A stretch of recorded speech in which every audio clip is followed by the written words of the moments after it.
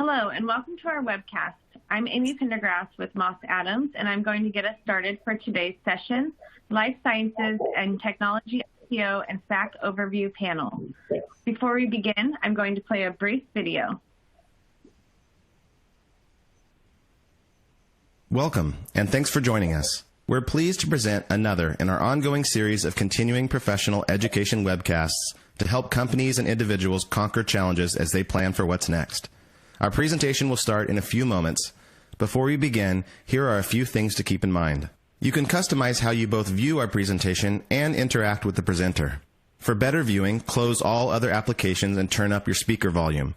You can also adjust window size and placement or enter full screen mode using the controls at the top of the window or dragging the bottom right-hand corner to resize. At the bottom of your screen, you'll see a series of icons, each relating to a different aspect of our session. You can download the group attendance sheet and a PDF copy of today's slides from the slide deck and handouts widget to the right of the slide view. You can ask our presenter questions during the webcast by typing a question in the Q&A window below the slide view and clicking Submit. We'll do our best to answer all questions during the presentation or follow up via email. If you experience technical difficulty during today's presentation, refresh your browser by hitting the F5 key. Today's session will offer you 1 CPE credit. To receive credit, you must meet the requirements as specified by the National Association of State Boards of Accountancy. You must attend at least 50 minutes of the session and respond to at least 75% of the polling questions, which we'll ask throughout today's presentation. To respond to a poll, click the button next to your answer. We'll track your progress and alert you when you've earned CPE credit. You can then click the certificate icon in the CPE Progress widget to open a PDF file that you can save to your computer. Don't worry if you can't download your PDF certificate today. We'll email a copy to you in 2 weeks.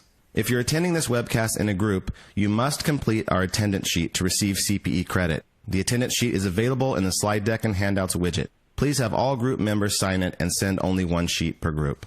Also note that CPE credit can be awarded only to participants registered as themselves and isn't available to participants who view the on-demand version.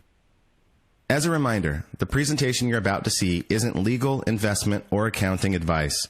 We encourage you to seek the counsel of a professional service provider to apply this content to your specific circumstances.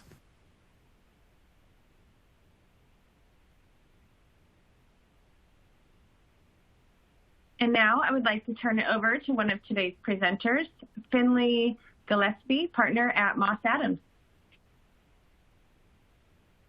Hi, my name is Finley Gillespie. I'm an advisory partner here at Moss Adams and looking forward to presenting to you all today to hear just a couple of the differences between IPOs and SPACs, what that might look like for you and your business as you consider what the future holds. We're seeing a lot of that activity currently, and so joining me today, I've included 2 folks to present on this specific topic. The first one is Jeremy Coleman, who's one of the audit partners here at Moss Adams, and I'll give you a brief description of him in just a second. And then also joining me is Amanda Rose, a partner from Fenwick West, based here in Seattle, and working specifically in this space with a whole number of clients. So as part of that, let me give just a quick overview of my practice. I'm an advisory partner, so today I'll be moderating today's conversation. And as part of that conversation, asking some questions of the team. But before we begin, what I want to do is allow each of them to share just a little bit of some of the background of what we're seeing within the capital markets right now related to IPO and SPAC. So with that said, what I want to do is now introduce Jeremy Coleman. And it's Jeremy Coleman. Jeremy is an audit partner in our technology, communication, and life sciences practice here in Seattle. He primarily serves life sciences, technology, and advanced manufacturing companies, completing financial statement audits for venture-backed, early-stage startups, all the way through larger, more established public entities. He has extensive experience with completing accounting and financial reporting matters, including RevRec, stock comp, debt and equity transactions. He also has expertise in public filings, including SPACs, initial IPOs, et cetera. Before joining Moss Adams, Jeremy spent 16 years at a full-services accounting firm where he focused on serving clients in the life sciences and manufacturing industries. Amanda is a partner at the corporate group at Fenwick. She's a recognized, focused, and innovative leader in the capital market space. She advises life sciences and technology companies with respect to corporate finance, SEC reporting, and governance matters. Amanda has represented issuers and underwriters in a wide variety of public and private financing transactions, including IPOs, follow-on and secondary offerings, SPACs, at-the-market offerings, pipes, and preferred stock and debt financing. She also advises late-stage private companies with respect to general corporate governance and liquidity preparation. So as part of that, what we'll begin with just a polling question. As a reminder, you actually have to answer 4 of these to get CPE credit, and as the video just shared, you'll actually be tracked your status as you go through. So for right now, please select the answer that best represents who you are.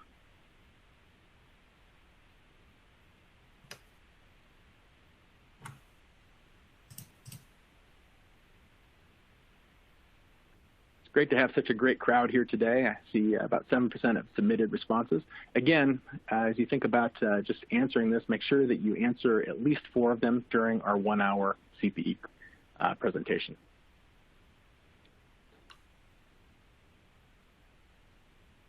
We're going to take about another 15 seconds, so please click on the answer that best represents who you are.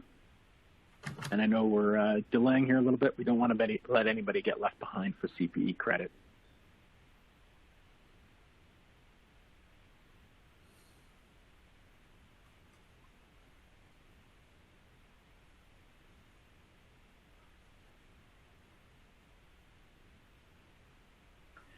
Great. Well, just as we just about close this current role, obviously private company here to learn more, obviously with respect to IPOs and SPACs, an existing public company, maybe you're a company that just went public through an IPO or SPAC, and there seems to be one of those about every day that we're all seeing.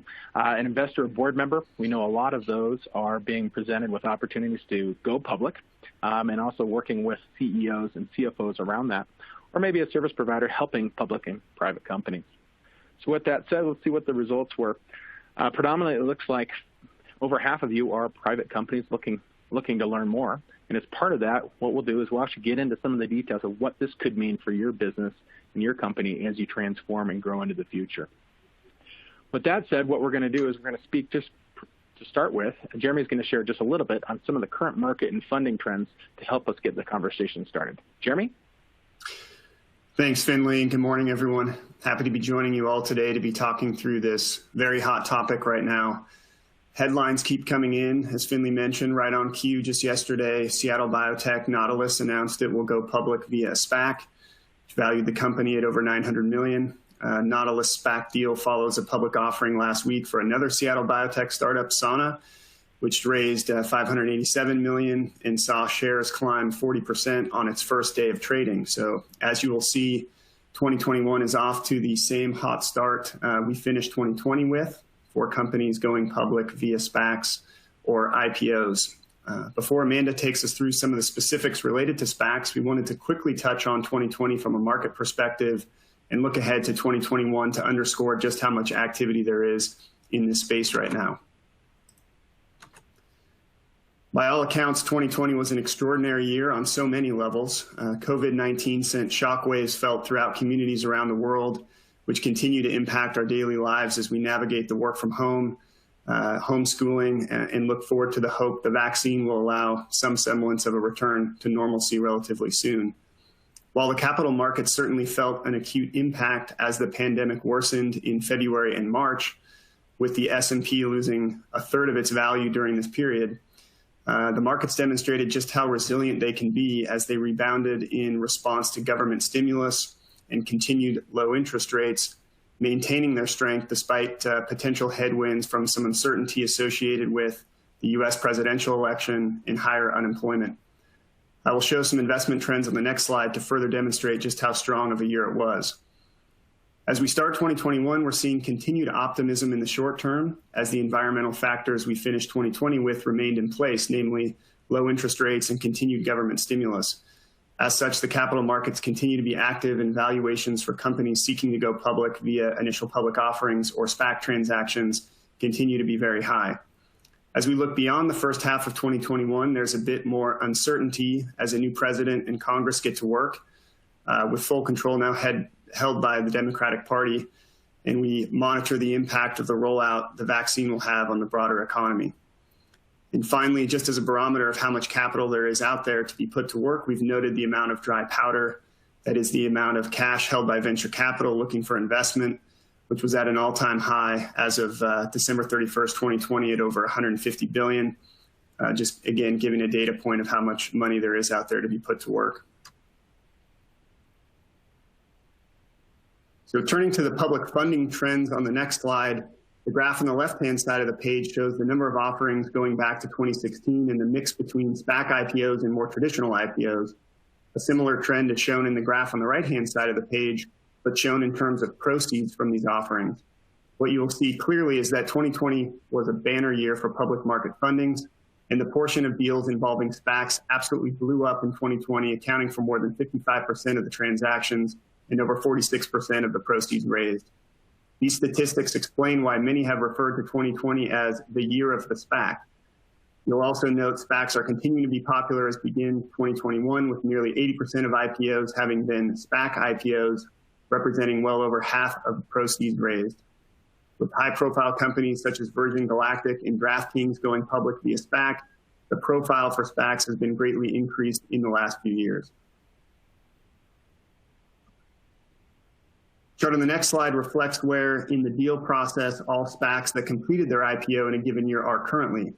If you're new to the SPAC process, this slide will make more sense after Amanda's section, but the key takeaway is that SPACs generally have between 18 and 24 months to put the money they raised in their IPO to work via an acquisition. So by tracking how many SPACs have raised capital via an IPO, but have yet to announce a deal, we can monitor just how much capital is tied up in these SPACs, actively looking for targets. The number continues to be very high at 93 billion as of February 1st, and just continues to grow.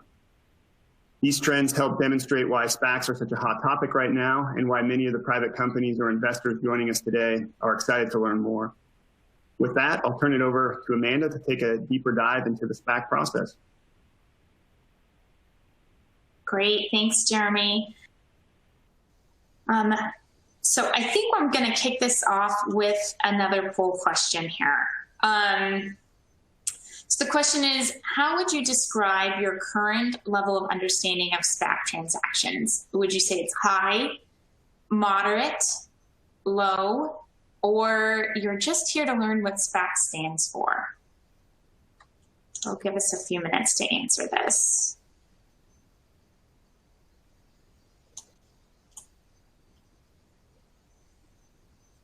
And while everyone fills out the polling question, SPAC is Special Purpose Acquisition Company. And so as part of that is if you're here, if you answered D, you now have that and you can leave. If you're here just for the CPE, you will have to stay for all 4 polling questions and make sure you answer those.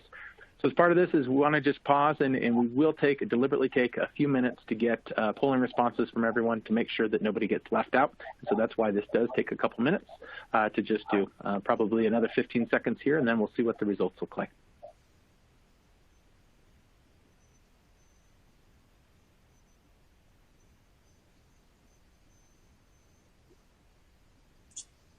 So I see already, Finley, looks like most, over half, are fall into low or nothing. So I hope to be able to shed some light on this soon. Yeah, perfect. So we do see some that we're here to learn what SPAC stands for. You've got that answer. The rest of you is we're going to help really raise kind of your understanding of SPACs. And with that, we're going to have Amanda jump in and just speak specifically to SPACs and what those SPACs actually look like in terms of that process. So Amanda? Great, thank you. Thanks, Finley. So Finley stole my thunder here. SPAC. SPAC stands for, as Finley just mentioned, Special Purpose Acquisition Company. So it's a public shell company that is created to merge with a private operating company, sometimes referred to as the target, and take that private company public. So sounds easy, but it is a little bit of a complex process, and let's walk through that process. So initially, the SPAC is formed by a sponsor, a SPAC sponsor or the SPAC founder. It's the same term.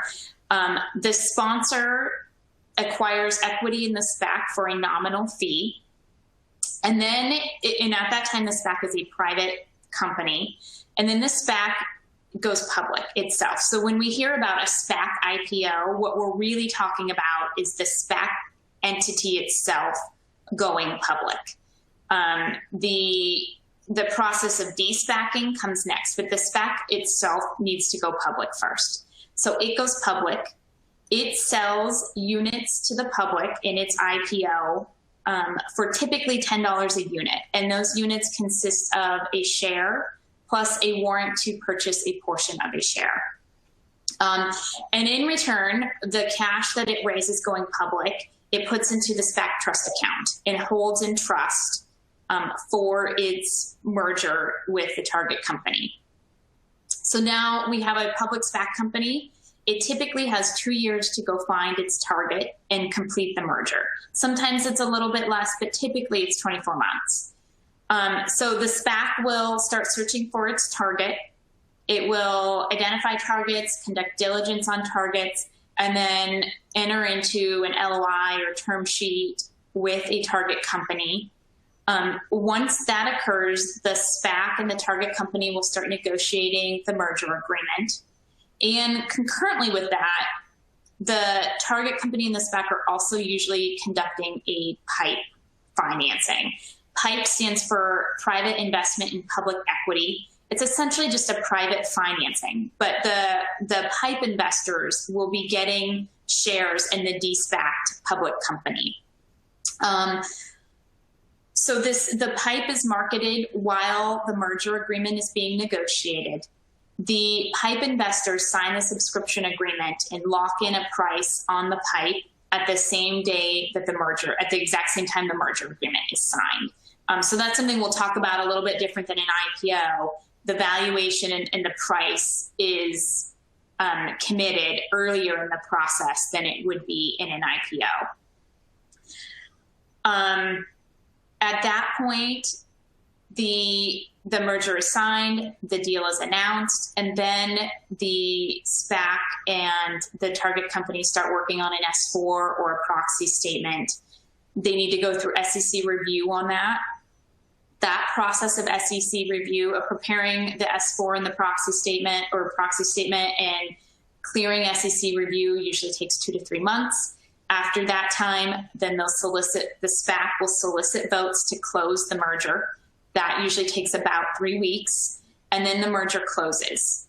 Upon closing of the merger, the private PIPE investors will get shares in the de-SPACed company, and they actually at that point pay the proceeds for the shares to the SPAC. Or it happens sort of concurrently. It's the SPAC, but the de-SPACed company.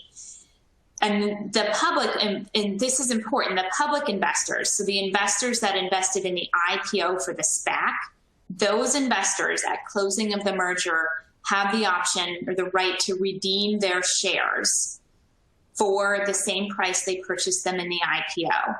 And typically they would get to keep their warrants. So they can redeem the shares, get their money back, and keep the warrants. So this is the redemption right of the IPO investors. And this is an important element of SPACs that we'll talk about a bit more. And then following this whole process, we come with the combined company or the de-SPACed company. And typically the private company target stockholders would own more than 50%. But it depends really on the economics and the valuation that was determined through this concurrent PIPE. So just breaking this down a little bit further, the founder shares or the sponsor shares, we talked about the founder or the sponsor is the entity or person that formed the SPAC.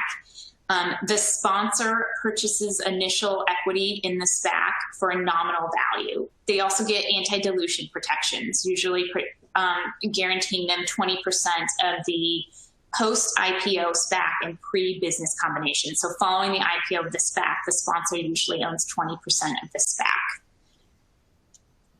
In the SPAC IPO itself, units are issued, usually for $10. Again, usually 1 share of common stock and a warrant to purchase a portion of a share of common stock. And importantly, those can be unbundled. So they're publicly traded, and the warrants and the shares can be separated. So those investors could sell the warrant and keep the share, or keep the share and sell the warrant. So that's an important sort of trading strategy for some of these investors in the SPAC IPOs. Warrants are issued both to the public investors in the Spac, which we just talked about, but usually the sponsor also gets warrants. The sponsor warrants can generally be net exercised and may be redeemable for cash or shares on a formula basis, depending on what's negotiated in, with the target company. The public warrants generally cannot be net exercised. They're usually just cash exercisable. Sometimes the public warrants can be redeemable too, or exchangeable for shares to kind of help clean up the cap table, but not always. That's something you should take a look at the terms of the Spac that you're interested in negotiating with. The trust account. So all of the IPO proceeds that the Spac gets during the IPO are put into a trust account. This earns interest during the search period, and these proceeds can only be used for very specific purposes, usually to acquire the target company and to distribute to stockholders in the event the Spac fails to find a target and consummate a merger. It's also used to redeem the shares. So that's, as we talked about, the original IPO investors have the right to redeem. That comes out of the trust account and the proceeds that the Spac raised at the IPO. Most SPACs have restrictions on the target size. So most SPACs require that the value of the eventual target business combination represents at least 80% of the trust assets. So you'll see most SPACs are looking to merge with a target that has cash on hand of at least 3 to 4 times, or that is valued at 3 to 4 times the cash that the SPAC has. The search period is usually 12 months, sometimes shorter. During that period, the SPAC will be out there identifying targets, conducting its diligence. And it's important to note that it really needs to identify a target company 4 to 6 months before the expiration of this period, because it needs to actually close the merger prior to the expiration period, or the expiration of the search period. If it doesn't close a merger by that period of time, the sponsor loses its investment, and the cash in the trust account is distributed back out to IPO investors. And lastly, stockholder redemption. We talked about redemption being a key element here, but just to reiterate this, because I think this is something that is sometimes surprising to some of the companies that I'm working with, some of the potential SPAC targets. The stockholders, the redeeming stockholders in the SPAC have the right to receive cash from the trust account equal to their IPO proceeds plus all accrued interest, and they get to keep their warrants. And we see various redemption, average redemption is around 75%.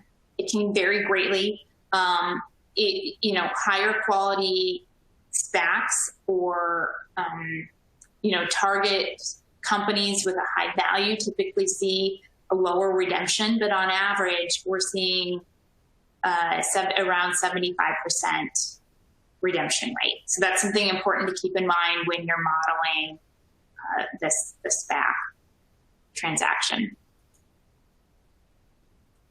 So the overall process and timeline, we talked about the process a bit. The timeline is longer than most people have heard. There's this notion that SPACs are quick and easy and more efficient. They're faster than an IPO. That's not really true. The SPAC process from term sheet or LOI through close is actually about the same, if not longer, than an IPO. It involves negotiating the term sheet, then negotiating the merger agreement, then preparing an S-4 proxy statement, going through full SEC review of that proxy statement, and then 3 more weeks to solicit votes on the merger, and then closing the merger. So that's a fairly long process. And it's important to keep in mind it's also multiple significant transactions. The process of going public itself is one significant transaction. There's also a merger on top of that. And then there's also a PIPE financing, which is somewhat less significant, but still time consuming. So I hear often from our target companies that, this is a significant commitment in terms of resources and that they didn't quite expect going into the process.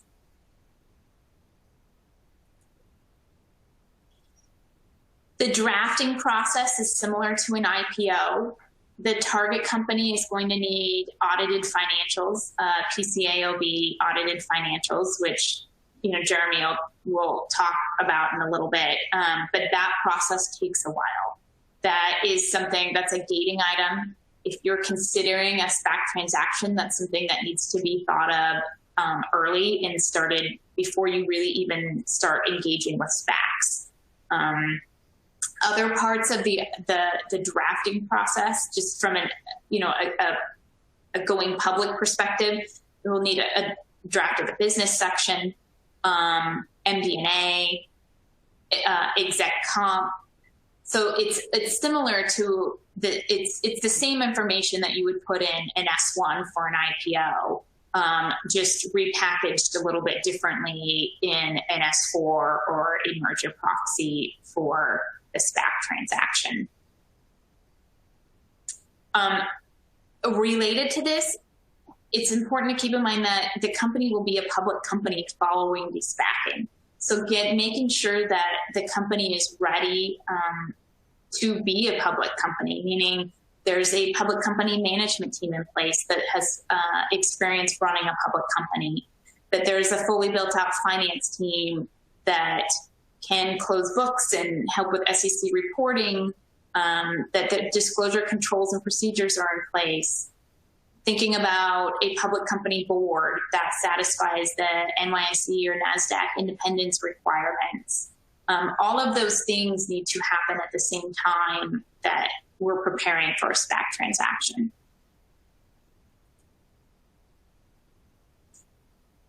So some pros and cons of partnering with a SPAC. Pros, I would say, in one of the primary reasons I would choose a SPAC versus an IPO would potentially be the value that a sponsor brings. You want to make sure that the sponsor you're negotiating with or that is taking your company public is bringing value, whether that's to the board, to the management team, because overall SPACs are typically more dilutive and more expensive. So, that the value that your sponsor brings can, be a tipping point. Price discovery, we talked a little bit about. Price discovery occurs earlier in a SPAC than an IPO. In a traditional IPO, we prepare an S1 that gets on file with the SEC, and then there's a series of testing the waters meetings and ultimately a roadshow, and the pricing occurs upon roadshow. So throughout the entire process, you're subject to, markets and intervening events with the company. Although we do have, with the TTW process, there is price discovery happening earlier with a traditional IPO than, 5 years ago. With a SPAC, the price discovery really happens in that pre-signing period. So by the time you sign your merger agreement and your concurrent PIPE, you've determined what price those PIPE investors will be investing in the company. So that valuation is determined earlier in the process. One thing to note about that is that there's often a disconnect between the valuation on the term sheet with the PIPE and the actual valuation that PIPE investor or term sheet with the SPAC and the valuation that actual PIPE investors are willing to invest at. We'll talk about this in a little bit, but often where I've seen some of these deals fall apart is where there's a high valuation on the term sheet from the SPAC, and then we go out to market it to PIPE investors, and there's a significant disconnect, and the valuation from the PIPE process is 100 to 200% lower than the valuation that was on the term sheet. And that can sort of blow up this deal. There's the potential to raise more capital than an IPO. That's TBD and really subject to the specific circumstances of the SPAC and your company. You are able to provide projections in the proxy or an S4 and engage with investors regarding that in a way that you cannot with an IPO. There are certain legal restrictions around projections, financial projections in an IPO prospectus that don't apply to an S4 or a proxy in connection with a SPAC. So that can be, if being able to provide those projections is important to sort of selling your story, that can be something that tips you towards a SPAC as opposed to an IPO. And a SPAC can deliver a blue chip stockholder base depending on who's invested in the SPAC. Some of the cons with SPACs, we'll talk about this in a minute, but there's a very high cost, both from an effective fee point of view and from just dilution, overall dilution. They're extremely dilutive, particularly with all of the warrants. There are ways to negotiate with the SPAC to reduce some of the dilution, but overall, they're highly dilutive. We talked a little bit about the headline valuation not necessarily being indicative of the equity value due to dilution. There's deal risk and capital risk due to the redemption potential.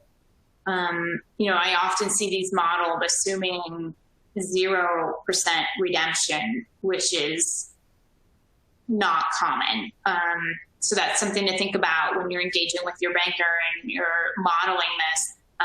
If there's a 0% redemption assumption, that's unlikely to be the case. We typically see significant shareholder churn in the months following de-SPACing.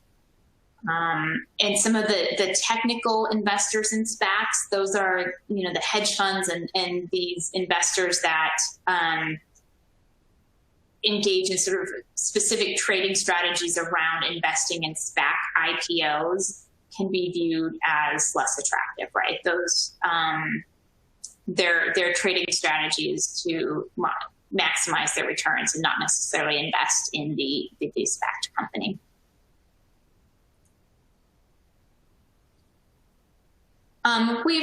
I think I've talked through some of the main differences between a traditional IPO and a SPAC.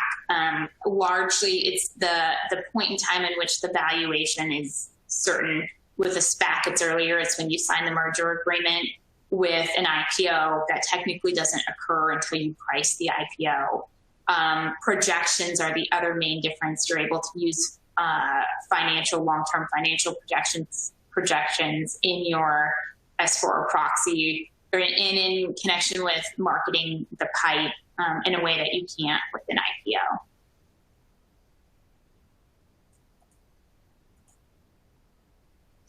Here's just an illustrative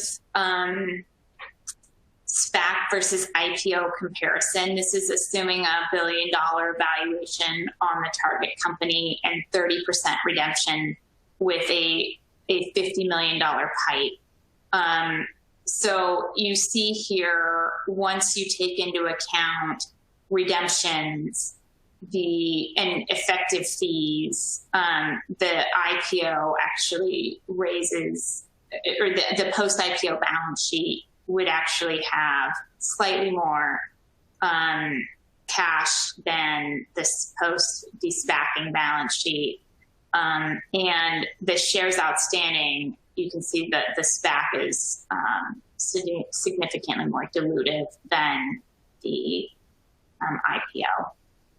So again, this is just one example. It varies greatly. It depends on actual redemptions. It depends on whether there are certain terms negotiated with respect to equity, either equity earnouts or warrant redemption, or there's ways you can negotiate there are things you can negotiate in the process of working with a SPAC that can help minimize some of the dilution, but generally it tends to be much more dilutive.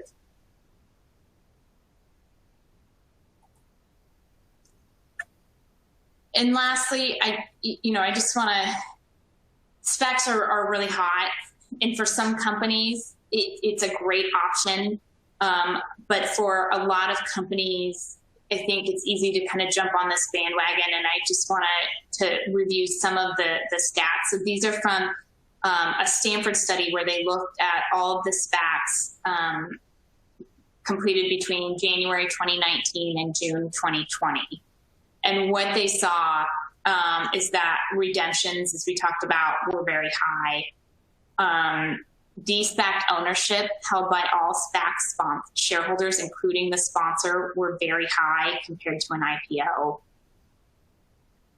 Effective underwriting fees in SPACs were a lot higher than a traditional IPO. Here at the 75th percentile, 101% higher. That's pretty significant. The cost of the sponsor promo.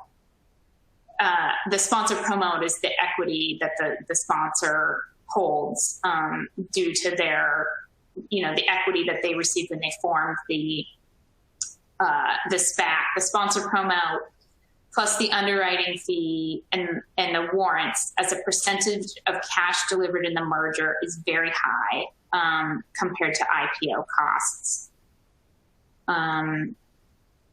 We're seeing the mean annualized return for redeeming SPAC IPO investors was 11.6%. So there's, for those investors in the SPAC's IPO that were redeeming, they're seeing a pretty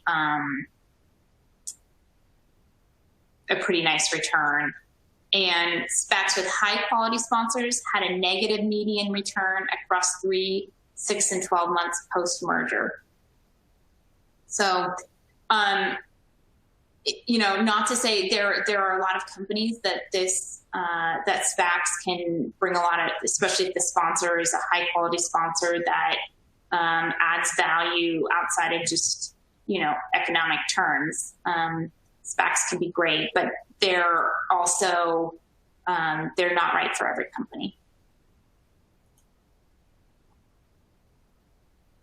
Well, thanks, Amanda, for giving us that overview, and I do know it is an overview. So I know there's a lot of great questions in the chat right now, and we're going to try to get to many of those. But as part of that is please go ahead and complete this polling question. Again, it's needed for CPE credit. Additionally, I do have received a couple responses asking if these slides will be made available, and they certainly will. They'll be emailed out tomorrow morning, so just factor that in as well. You'll be able to look back and reference some of this. And then we will try and get to your questions. So if you do have questions, feel free to throw them in the chat function or Q&A that was described earlier. So for this question, true or false, SPAC transactions may differ in greater dilution of existing shareholders and reduced proceeds raised. True or false? About 75% of people reporting in so far. Please make sure you get that if you do need that CPE credit. Additionally, if you don't need that CPE credit, we'd still love to get your thoughts on this as we flip to the next slide and see the results.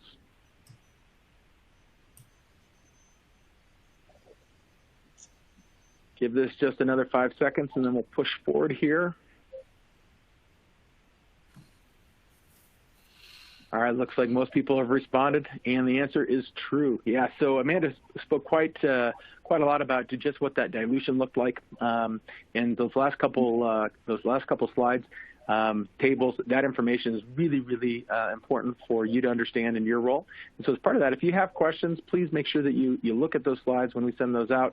If you want to circle back with either of the panelists today, certainly we'll provide their contact information at the end of this presentation as well, so there will be that opportunity. With that said, what we're going to do is we're going to pivot into just a little bit of Q&A. We do have some prepared questions, and then we're receiving a lot of questions from the group here. And so what we'll do right now is actually get into some of those questions. So really to begin with, one of the things, and I see a couple questions on this, is where do you start? So Amanda, this question's for you.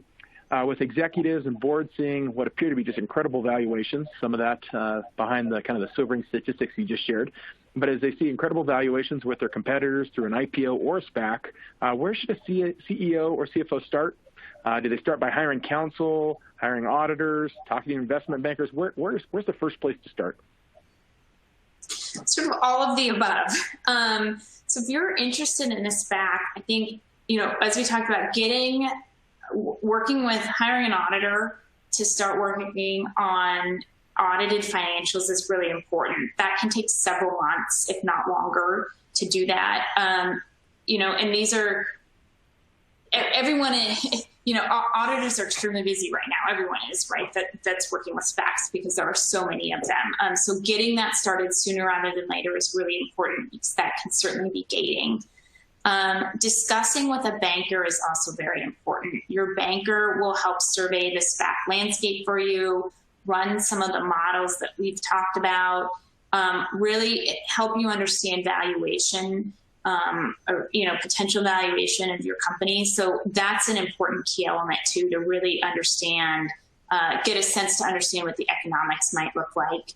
And then starting to work with legal counsel early in the process is also important, to start drafting some of the disclosures, but maybe more importantly, just to have someone help understand the structure, understand the options, understand the pros and cons between an IPO and a SPAC or a potential direct listing.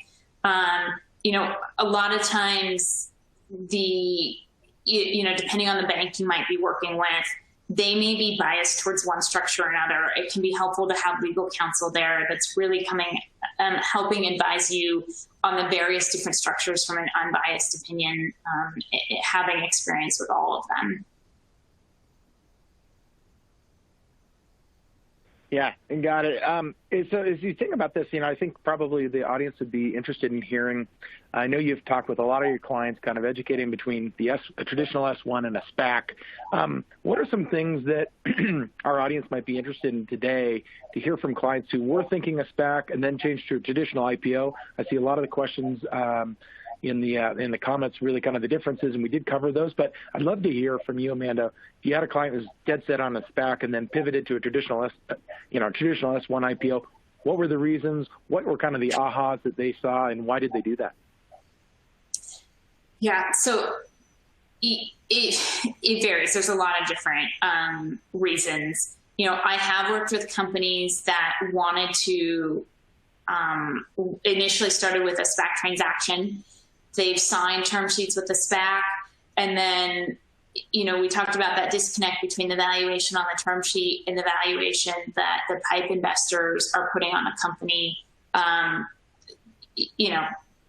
blowing up the deal. And that's what's happened. We've seen that a few times where that value, there's just a disconnect there, and the PIPE investors aren't willing to invest at that value, and it just alters the economics such that a SPAC at that point doesn't make any sense. The target company would be holding less than 50%,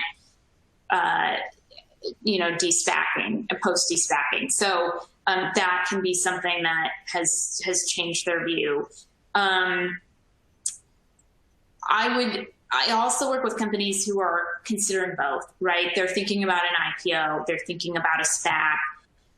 If they're working with a bank who, especially a higher quality bank that thinks they have a path through a traditional IPO, that tends to be less expensive and less dilutive, and actually quicker than a SPAC transaction. Identifying the SPAC, negotiating the SPAC, the uncertainty around redemptions, especially I work with a lot of life science companies, right? And that cash is the cash in the trust account that comes with the SPAC. That's an important element of this. And if we're not sure what redemptions look like, how does that change the economics? So I think really looking at having a bank help you really model this and thinking about that critically, thinking about the assumptions critically, has led some companies to lean towards a traditional IPO because it is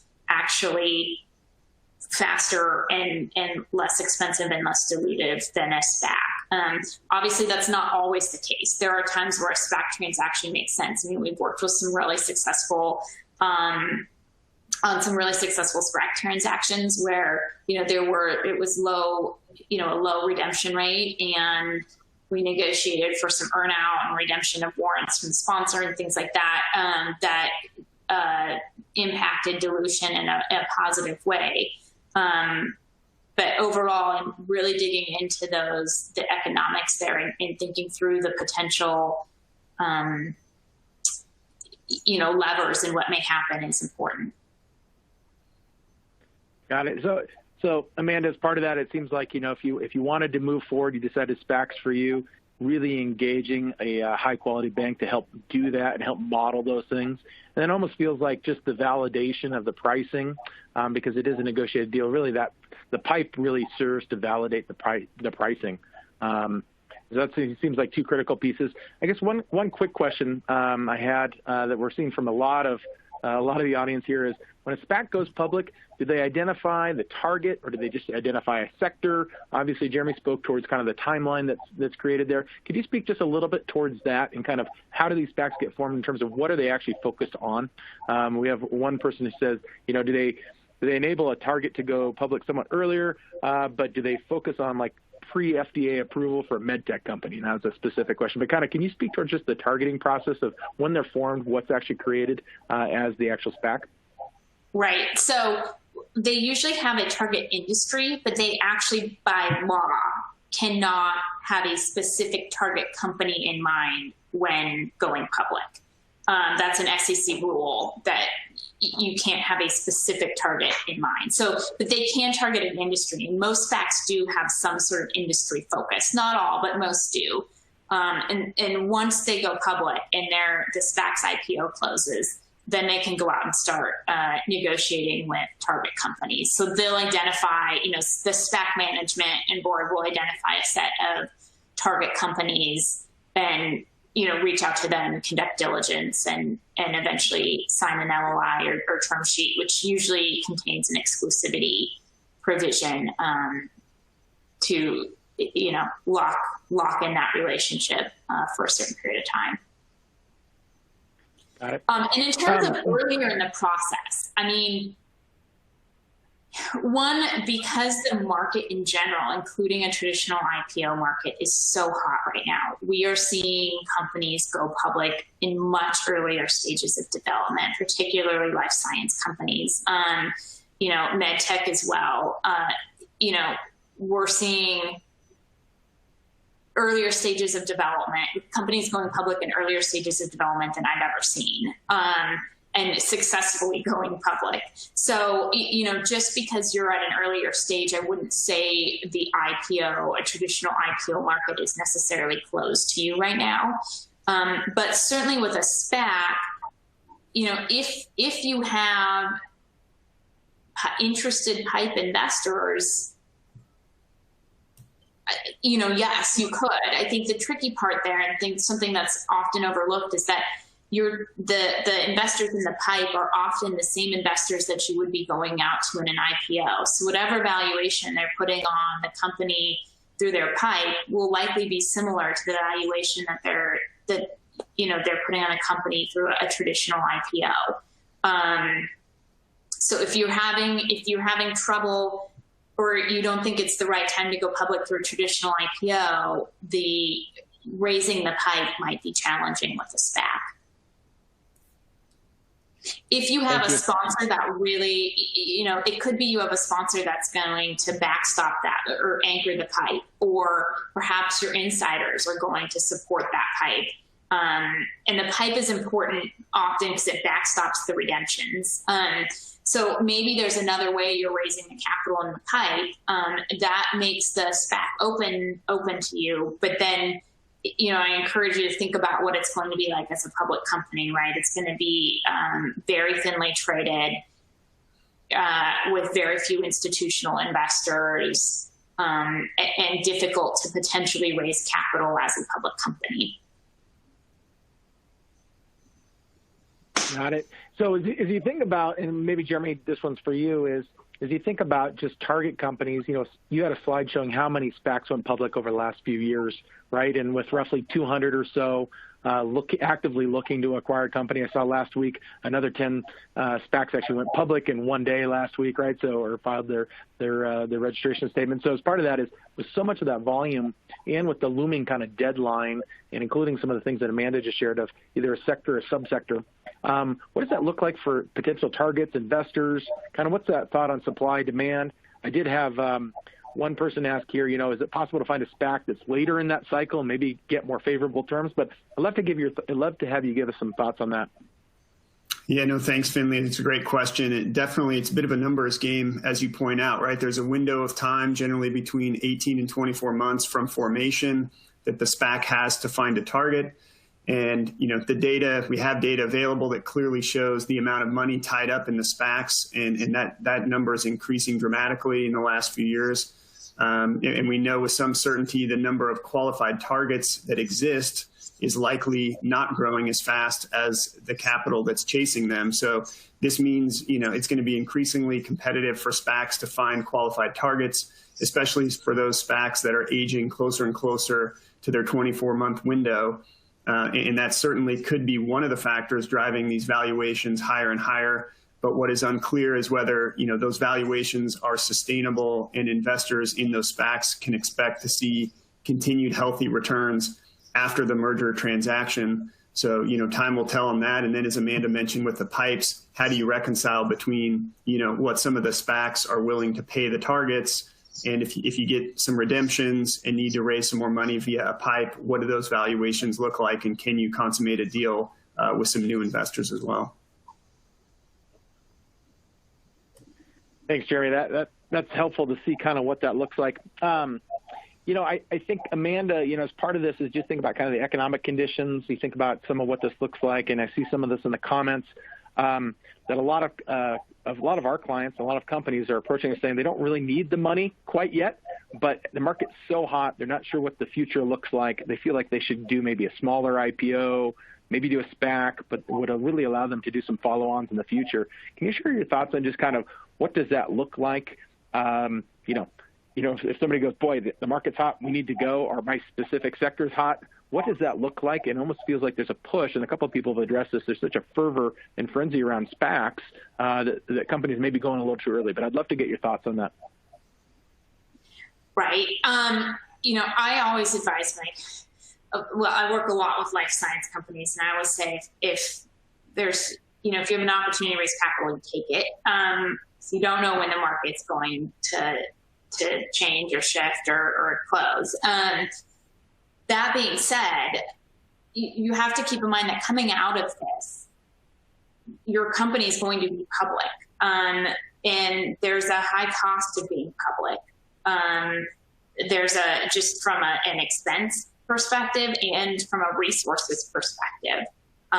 You need to have a fully built out management team, a fully built out finance team, an independent board that's meeting regularly. You need to comply with various SEC and exchange rules and regulations. All of that, is a significant time and expense. And so that's something to weigh, right? If your company doesn't quite feel like it has the processes in place to be a public company, then I think taking a look at other private financings might be a better option. If your company, if you feel like you have the time and resources to become a public company, then this is a great time to go public. The capital is there. Like I said, we're seeing companies go public at a much earlier stage. So it depends a little bit on the company and also, the next value inflection, right? Thinking about that the next, your value inflection points and when the right time is based on those is another important element to this. That's a really company specific consideration. Thanks, Amanda. You said things are just earlier and earlier and earlier, certainly, and I spend so much of my time in life sciences, companies before, even getting into clinic, going public. Jeremy, can you maybe speak towards just kind of, and certainly from your audit perspective, kind of where are companies approaching you? Are they ready? What is it that they need to do, and how do they actually get ready, whether it be an IPO, a SPAC, or even just preparing for their first audit? And I know there's a flood of calls to both of you right now saying, please help, we want to do this, but they haven't built some of that infrastructure. Could you speak towards that?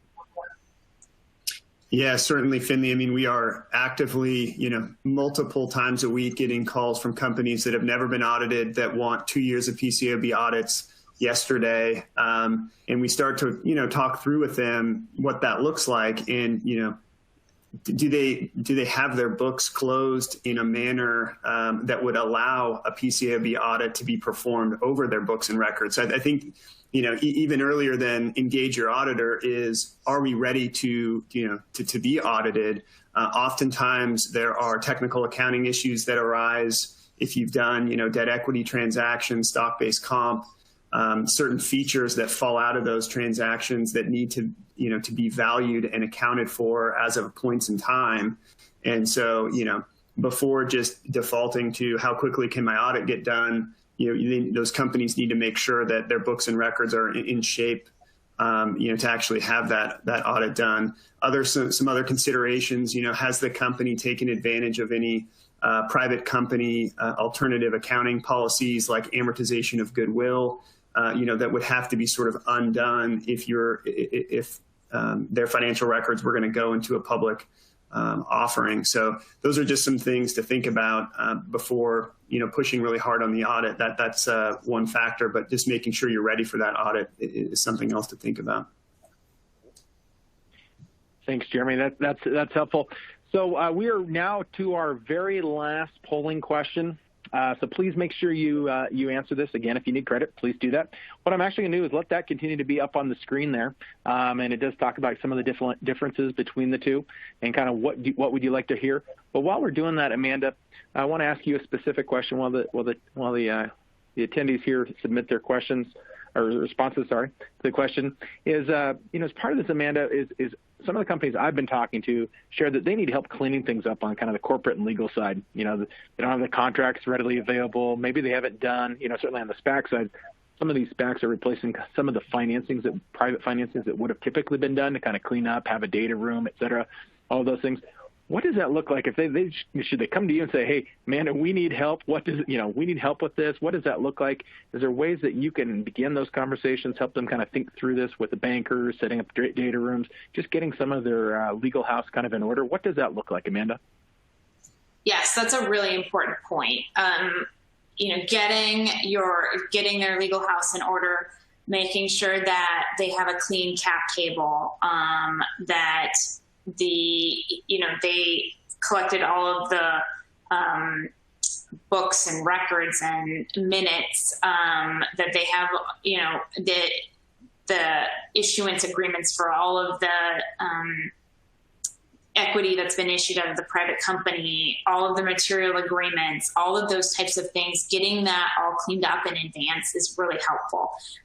When a SPAC term sheet is signed, it's all hands on deck, and we're all trying to complete diligence as quickly as possible from a legal perspective. You'll have 3 sets of lawyers pouring through all of that from 3 different law firms, the SPAC's counsel, your counsel, and the counsel for the placement agent in the pipe.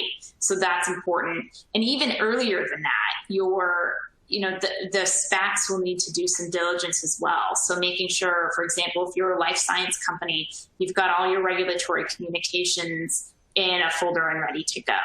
All of course, the minutes, your books and records in a folder and ready to go. All of your material agreements, if you have any material collaborations agreements, those types of things should be compiled in an easy place. And that will save time in the diligence process. And that's something we can definitely help with. We can help connect, do a cap audit, make sure that the company is really ready to go from a legal perspective and ready to open a data room to everyone. Perfect. All right. Well, thank you, Amanda, for that. We'll look at the polling question. It looks like there's a lot of great answers here. I know we've talked a lot today. Some of the questions, the polling questions the Q&A questions that you all submitted are very specific, certainly around securities law, around kind of what does that hold with respect to Robinhood, et cetera. What is the risk to the target companies?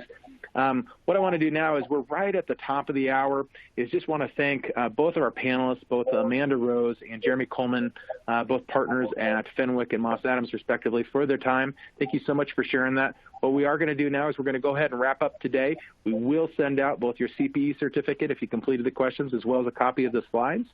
We would like to have you just complete a short survey. And by the way, if there are some questions in here, if you want to reach out to us, contact information is up above on the screen. So with that said, Amy, can you wrap us up? All right, Finley. Well, thank you. And you pretty much covered everything that I needed to go over, but here is a link to the webcast survey where you can provide feedback for today's presentation. And your feedback is important to us, so please take a minute to fill that out. And I will leave the webcast console open for a few minutes to give you time to download your CPE certificate from the CPE progress window. And thank you, Finley, Jeremy, and Amanda, for a great presentation today. And we hope everyone can join us again next time. Thank you. Great. Thank you, everyone. Please don't hesitate to reach out to us independently if you have additional questions. I'm happy to talk through the process. Absolutely. Thanks, everyone. Thanks.